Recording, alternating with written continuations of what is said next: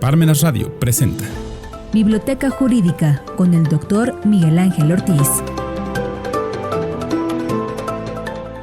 Buenos días, señoras y señores. Sean ustedes bienvenidos a Desde la Biblioteca de Miguel Ángel Ortiz Cabrera. Estamos en parmenasradio.org. Y tal como se los he comentado ya en sesiones anteriores, ahora también nos pueden hacer favor de vernos a través de la plataforma de YouTube, como lo ha venido haciendo don Agustín, que ha subido los segmentos desde hace alrededor de 4 semanas, cosa de que más o menos un mes. Bueno, si esto es así, hoy tengo para ustedes 2 temas que creo que son de gran importancia por la magnitud o por la relevancia que han tenido en el contexto nacional. El primero, legítima defensa, Iztapalapa, y el segundo, tema obligado, extradición de los 29 capos. Bueno, fíjense que he visto las imágenes de un reportaje de un incidente habido en Iztapalapa, en el cual llegan 2 individuos, se bajan de una motocicleta, tocan en una casa, les abren la puerta y a las personas a las que les abrieron la puerta les disparan y matan a los 2. Oye las explosiones, uno de los ocupantes de la casa baja con una pistola y le dispara a uno de los agresores. Llega la policía, se lleva detenido al agredido, más bien al ocupante de la casa, que había defendido su casa, y a él se lo habían detenido y al agresor se lo llevan al hospital. Esto tiene vinculación con lo que comentamos la semana anterior de algo que aconteció aquí en la colonia La Paz y que yo tuve la oportunidad de manejar ese asunto a través de poner en la defensa o poner la legítima defensa. No les puedo decir el nombre del procesado por ética profesional, pero el asunto, el proceso se llevó a cabo en el número 218 de UNA 95, el juzgado quinto de defensa social. Como ya es un asunto tan antiguo, pueden ir al archivo judicial y ahí van a encontrar todo el expediente, y van a ver cómo se defendió y cómo se ofrecieron pericial en balística forense, pericial en criminalística y pericial en medicina forense. Y gracias a eso, tal como lo comentó una magistrada del colegiado, el agredido está libre. Aquí debe pasar una cuestión similar, o sea, es una legítima defensa que está en todos los libros de derecho penal de autores serios. Tengo más, solo les voy a mostrar 4. Por ejemplo, en el libro del doctor Carlos Daza, de grata memoria, porque fue maestro mío y sinodal del examen de doctorado en la UNAM, está en la página 145, aquí está, y este libro. Él no era grande, era mucho más joven que su servidor, y lamento infinitamente que haya fallecido como consecuencia del COVID, porque era un hombre muy talentoso y era un gran amigo. Bueno, aparte, en este libro del doctor Enrique Díaz Aranda, que fue mi compañero de doctorado en la Universidad Nacional Autónoma de México y que es becario en Alemania de Klaus Roxin, en su libro Derecho Penal, Parte General, está en la página 306. Les voy a mostrar la página para que también vean cómo ahí está también la legítima defensa. Aquí está. Aquí está. Y aquí está el libro. Enrique Díaz Aranda. Él me hizo favor de dedicármelo un día que vino a Tlaxcala a presentar el libro. Yo ya había leído el libro, ya se lo había recomendado a mis alumnos y yo le encontré algunos detalles ortográficos. Se los hice de su conocimiento y lo corrigió en la siguiente edición. Pero el libro es muy bueno, creo que es de lo mejor que hay a nivel nacional.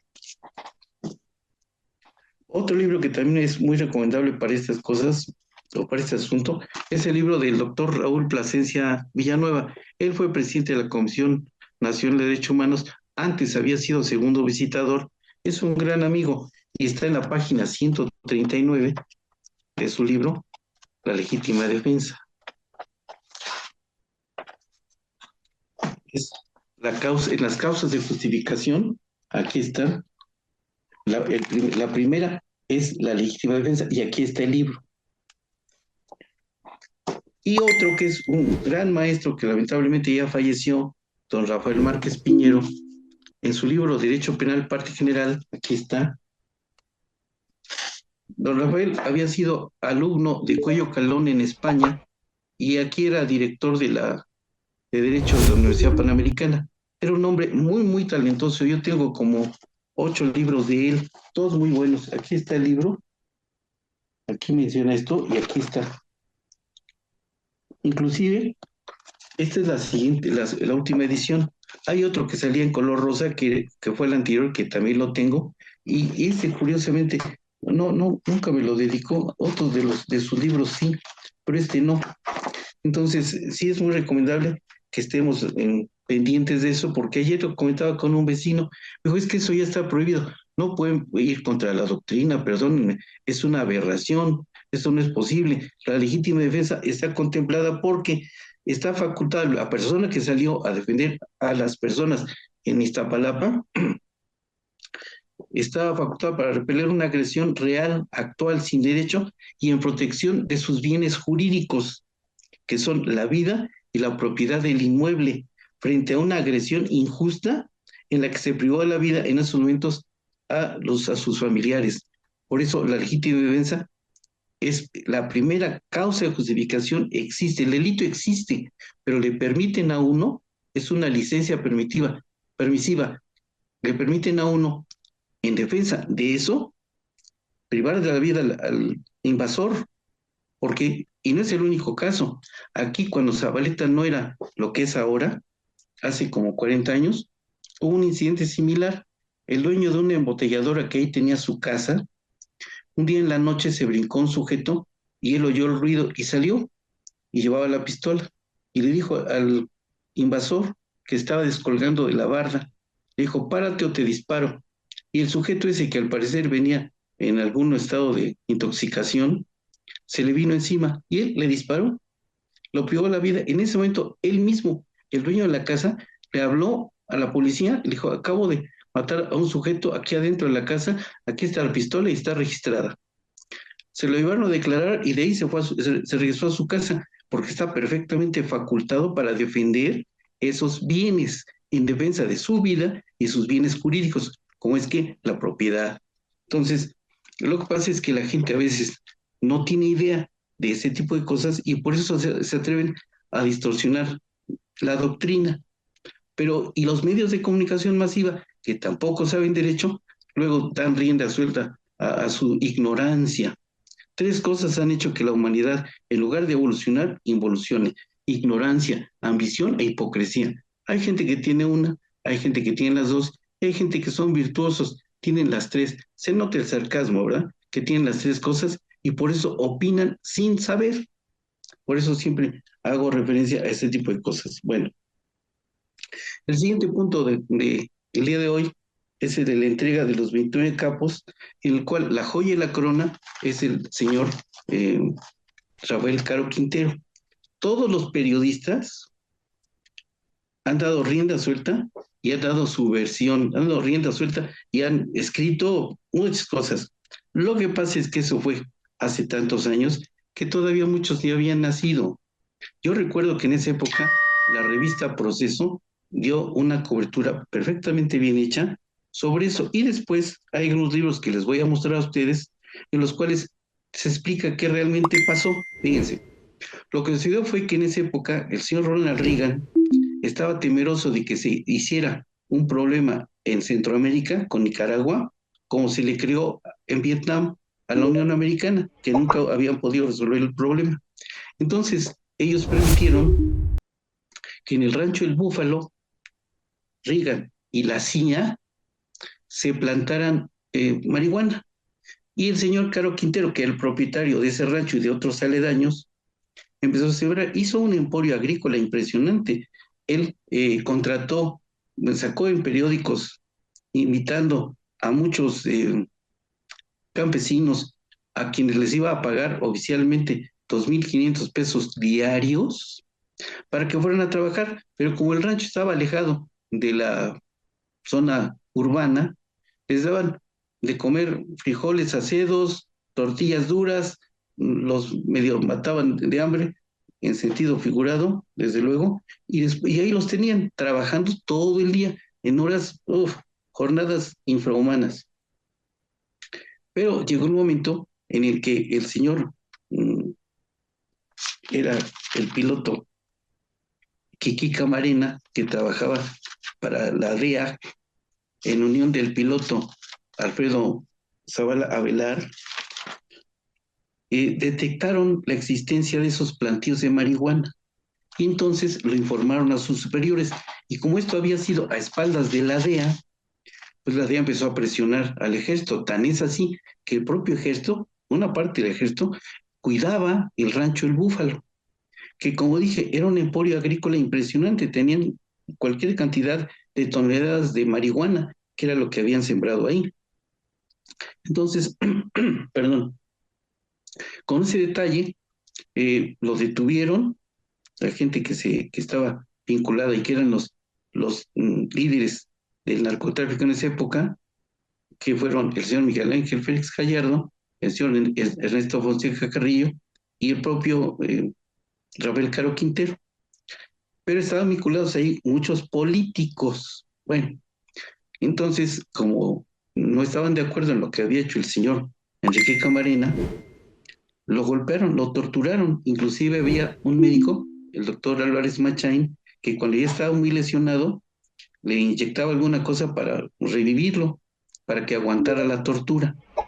Pero llegó el momento en el que un señor llamado Eliseo, y fue Eliseo, le pegó en la cabeza con una barreta al señor Kiki Camarena, Enrique Camarena, y lo privó de la vida.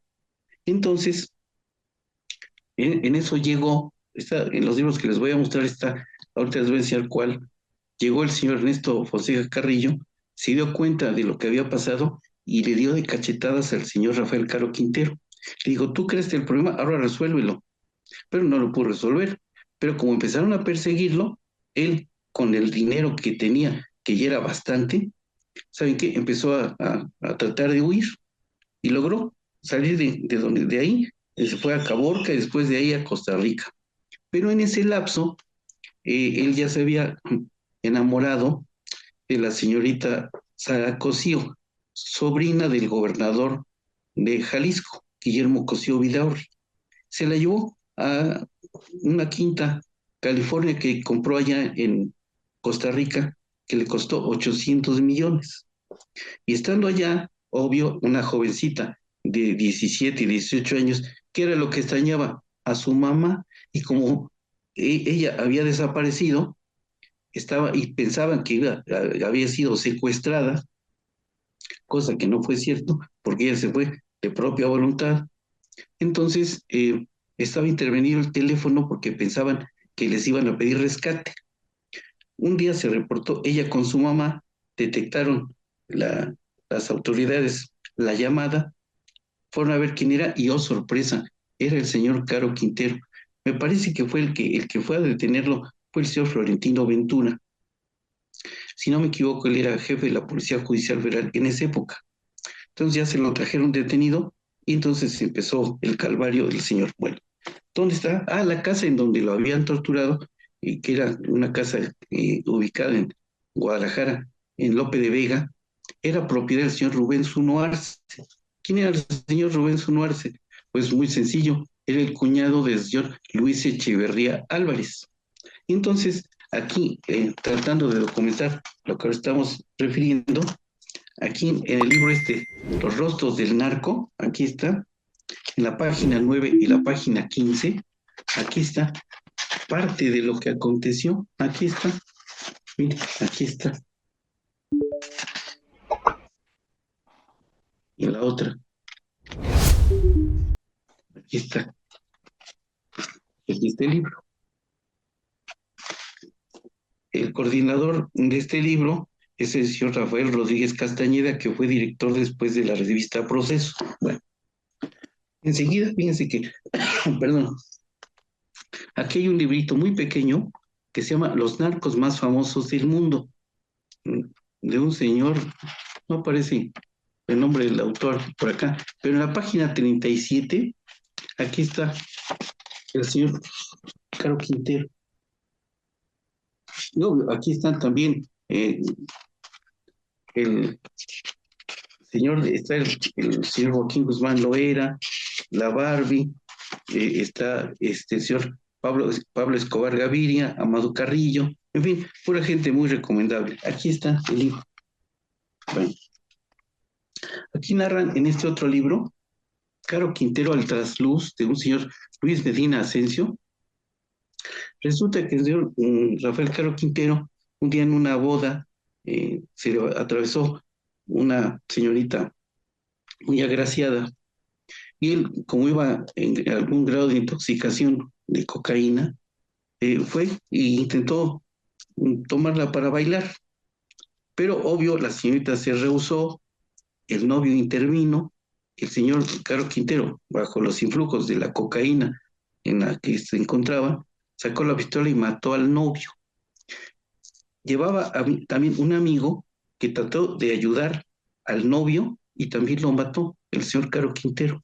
Era un señor bastante agresivo, violento, con muy poca escolaridad, según dicen acá. Él había estudiado solo primero de primaria, pero con ese ingenio no se imaginan todo lo que logró hacer, al grado tal que se convirtió en la joya de la corona, ahora dentro de los que fueron remitidos a la Unión Americana.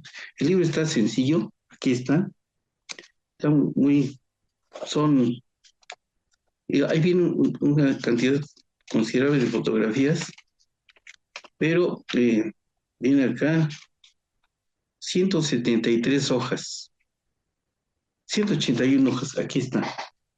Bueno, vale la pena también leerlo para saber quién era el señor. Y que les estaba comentando, La CIA, Camarena y Caro Quintero, la historia secreta. Aquí está.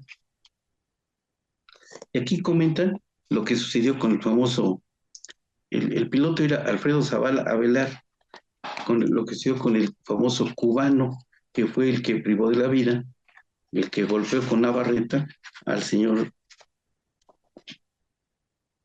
Kiki Camarena. Y aquí también comenta cómo el señor el señor Rafael Caro Quintero tenía una credencial que lo acreditaba como miembro de la Dirección Federal de Seguridad. Entonces un día en el aeropuerto se encuentra un comandante, Pavón, y le muestra la credencial y lo deja escapar. En algunos libros dicen que le dio un dinero al comandante Pavón, en otros dicen que no. Pero bueno, cualquiera que haya sido Pavón Reyes, cualquiera que haya sido la circunstancia, ese señor logró escapar y se fue para Colombia. Aquí está la fotografía del señor Camarena. Aquí está. El libro está muy bueno, no es muy grande, ahorita les digo a ustedes cuántas páginas son, 190, y está muy bien documentado. El autor es el señor J. Jesús Esquivel. También lo pueden encontrar en cualquier librería de prestigio. Perdón. Tal como referí que había sido un acuerdo entre Reagan, que le dio instrucciones a la CIA, y aquí tengo un libro que explica cómo funciona, cómo opera la CIA, la Central de Inteligencia Americana. Aquí está, en Centroamérica y el Caribe. Y aquí explica muchas cosas, inclusive hasta del golpe de Estado en Chile, cuando privaron de la vida al presidente Salvador Allende, que había venido a México y que estuvo en la Cámara de Diputados y pronunció un discurso que en alguna parte, por alguna razón, tengo. Bueno, también fíjense que en otro de también las personas que fueron enviadas, para no decir si extraditadas, porque dicen, fíjense, hubo por ahí un comentario que sí vale la pena apuntar. El señor fiscal de la República dice que el envío de estas personas obedeció a una solicitud de Estados Unidos debidamente fundada y motivada, que era ya una solicitud antigua. Y sí es posible porque este asunto tiene 40 años. Lo que sucede es que después mi buen amigo, el doctor Raimundo Gil Rendón, dice que lo que dijo el señor Hertz Manero es falso, que que esos artículos no existen. Bueno, no sé si sea cierto o no. Lo que sí sé es que estas personas ya se fueron y no creo que Estados Unidos los devuelva, ni al señor Ismael Zambada tampoco, porque ya que los tienen allá, les van a exprimir, les van a tratar de que les expongan quiénes son los políticos que estaban vinculados. Y aquí nada más les voy a dar un dato que encontré. Resulta que el señor Fernando Gómez Montt, que fue secretario de Gobernación con el señor Calderón, era el apoderado del hospital donde se presume que murió Amado Carrillo Fuentes. Y el señor Diego Fernández de Ceballos era el apoderado de la funeraria donde se presume que velaron al señor Amado Carrillo Fuentes. O sea, para que vean ustedes el nivel de políticos que estaban metidos en esto. Aparte de esto, fíjense que tengo aquí este libro, Historia del Narcotráfico en México. Aquí está. Y aquí en este libro explica, en la página, aquí está, explica cómo nacieron los Zetas y por qué estaba el señor, el Z40 y el Z42, que tenían 45 días para extraditarlos, pero a través de las chicanas que tenían con sus abogados, que no se me hacen malos, deben haber sido ingeniosos, lograron entorpecer esa extradición 10 años. Entonces, imagínense las personas que estaban involucradas en esto. Pero el libro está también muy bueno, ¿eh? Este señor fue el director del CISEN con el señor Calderón, Guillermo Valdés Castellanos. El libro vale la pena, está muy interesante. Insisto, Historia del Narcotráfico en México. Bueno, también fíjense que aquí tengo la guerra de los Zetas. ¿Por qué? Porque aquí explica cómo nació el cártel del Golfo y algunos de los integrantes del cártel del Golfo fueron remitidos. Pues que fueron 29 y nada más les estoy comentando los que fueron de mayor relevancia, pero son todos, o sea, todos tenían que ver en esto. Y está en la página 211.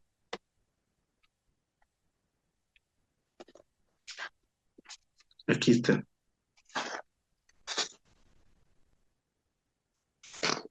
Aquí está el libro. Perdón.